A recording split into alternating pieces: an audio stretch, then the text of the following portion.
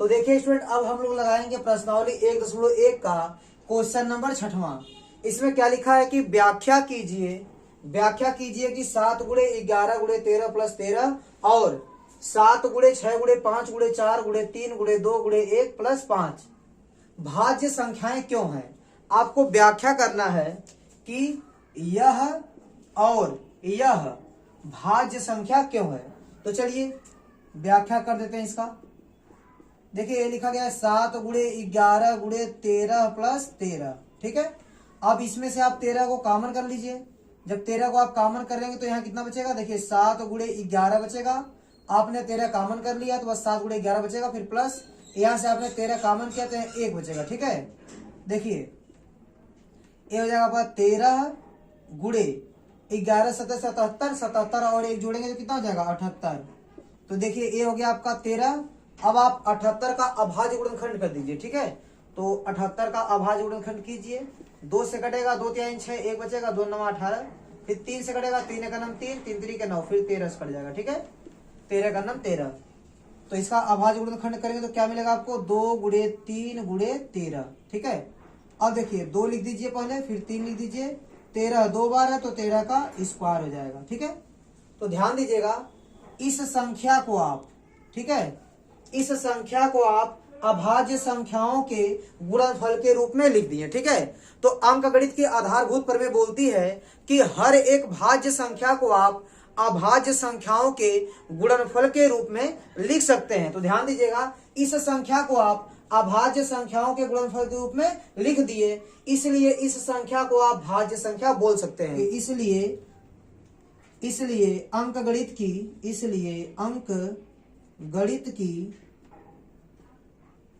आधारभूत लिखेंगे,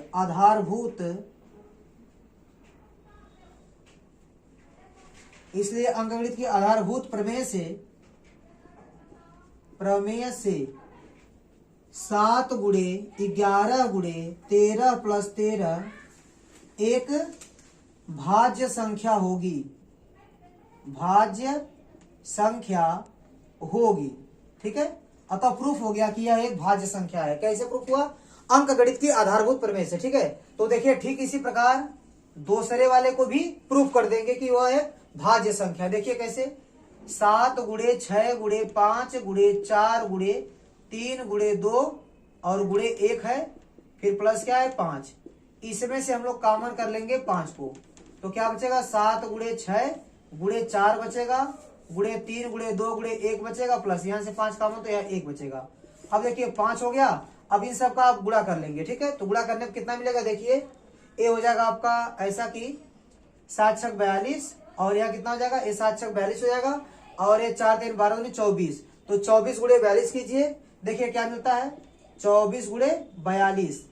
तो 2 चौक को 8 2 दूनी 4। ठीक है, फिर 4 चौक को 16 6 80 लगा 1 का, 2 चौक को या 4 दूनी 8 है 9 हो जाएगा, ये आपका हो जाएगा 8 और 6 4 10 के 0 80 लगा 1 का, ये हो जाएगा आपका 1008। ये हो जाएगा आपका 1008 और प्लस 1 तो हो जाएगा आपका 5 गुणे 1009 हो जाएगा। ठीक है, अब क्या करेंगे आप 1009 का गुणनखंड कीजिए। आप प्रयास कीजिएगा, शायद कटेगा नहीं। ठीक है, ये खुद एक अभाज्य संख्या, तो इसको लिखेंगे 5 गुणे 1009। ठीक है, तो देखिए इस संख्या को भी आप क्या किए, अभाज्य संख्याओं के गुणनफल के रूप में लिख दिए। देखिए यह संख्या क्या है, इन दोनों अभाज्य संख्याओं का गुणनफल है, तो इस संख्या को आप अभाज्य संख्याओं के गुणनफल के रूप में लिख पा रहे हैं। इसका मतलब यह भी क्या है, एक भाज्य संख्या है। ठीक है, तो यहाँ पर भी आप यह बात लिख सकते हैं, क्या लिखेंगे, इसलिए अंकगणित की आधारभूत प्रमेय से क्या होगा, 7 गुणे 6 गुणे 5 गुणे 4 गुणे 3 गुणे 2 गुणे 1 प्लस 5 एक भाज्य संख्या होगी। ठीक है, यहाँ पर आप लिख देंगे जैसे इसमें लिखे हैं, ठीक उसी प्रकार आप यहाँ पर भी लिख सकते हैं। ठीक है, तो स्टूडेंट उम्मीद करता हूँ कि एक क्वेश्चन आपको अच्छे से समझ में आया होगा। तो देखिए बच्चों, आपके सामने क्वेश्चन नंबर 7वां है। किसी खेल के मैदान के चारों ओर एक वृत्ताकार पथ है। इस मैदान का एक चक्कर लगाने में सोनिया को 18 मिनट लगते हैं, जबकि इसी मैदान का एक चक्कर लगाने में रवि को 12 मिनट लगते हैं। ठीक है, इसका क्या लिखा है, मान लीजिए कि वे एक ही स्थान और एक ही समय पर चलना प्रारंभ करके एक ही दिशा में चलते हैं। फिर लिखा है कि कितने समय बाद वे पुनः प्रारंभिक स्थान पर मिलेंगे। तो देखिए, मान लीजिए कि कोई मैदान है, उसके चारों ओर एक वृत्ताकार पथ है, ठीक है। अब एक ही स्थान, एक ही समय, ठीक है, और एक ही दिशा में सोनिया और रवि चलना प्रारंभ करते हैं, ठीक है। देखिए, सोनिया को लगता है 18 मिनट एक चक्कर मारने में और रवि को लगता है 12 मिनट एक चक्कर मारने में, ठीक है। तो ध्यान दीजिएगा, वो पूछा है कि कितने समय बाद पुनः इसी जगह पर दोनों फिर मिल जाएंगे। तो देखिए बच्चों, एक कैसे लगाएंगे, देखिए इन दोनों का यदि आप एलसीएम निकाल लेंगे तो आपको आंसर मिल जाएगा। इसमें ज्यादा कुछ नहीं करना है।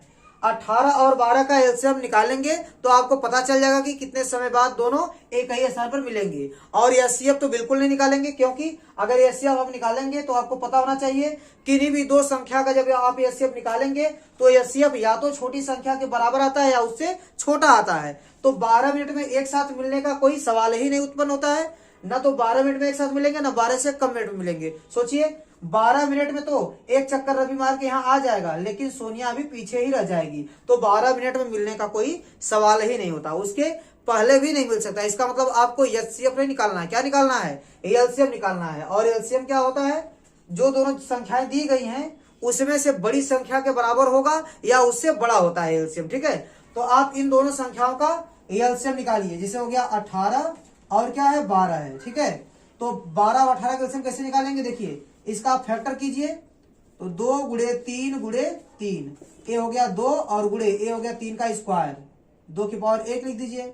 इसको आप लिख सकते हैं 2 दूनी 4, 4 तिहाई 12। तो 2 की पावर 2 और 3 की पावर क्या है, यहाँ पर 3 की पावर है 1। तो आपको निकालना होगा एलसीएम। एलसीएम में क्या करते हैं, जो बड़ी घात होती है उसी को लेकर गुणा करते हैं। तो 2 की घात 1 और 2 की घात 2, तो 2 की बड़ी घात कितनी 2, और 3 की घात 1, 3 की घात 2, तो 3 की बड़ी घात कितनी है 2। तो 2 का स्क्वायर 4 और 3 का स्क्वायर 9, 9 चौक को 36। इसका मतलब 36 मिनट। देखिए 36 मिनट में क्या होगा, ये जो सोनिया है वो 2 चक्कर मारेगा, 18 18 36, 2 चक्कर में यहाँ पर आ जाएगी। और रवि क्या करेगा, 12 12 दूनी 24, 12 तिहाई 36, 3 चक्कर में यहाँ पर आ जाएगा। तो 36 मिनट में दोनों फिर एक जगह मिल जाएंगे, क्योंकि इसका सोनिया का 2 चक्कर पूरा होगा 36 मिनट में और रवि का 3 चक्कर पूरा हो जाएगा 36 मिनट में। इसका मतलब 36 मिनट बाद वो क्या करेंगे, दोनों एक साथ मिल जाएंगे। तो आप लिख सकते हैं कि दोनों 36 मिनट बाद एक ही स्थान पर मिलेंगे, ठीक है। तो स्टूडेंट, उम्मीद करता हूं कि ये भी क्वेश्चन आपको अच्छे से समझ में आया होगा।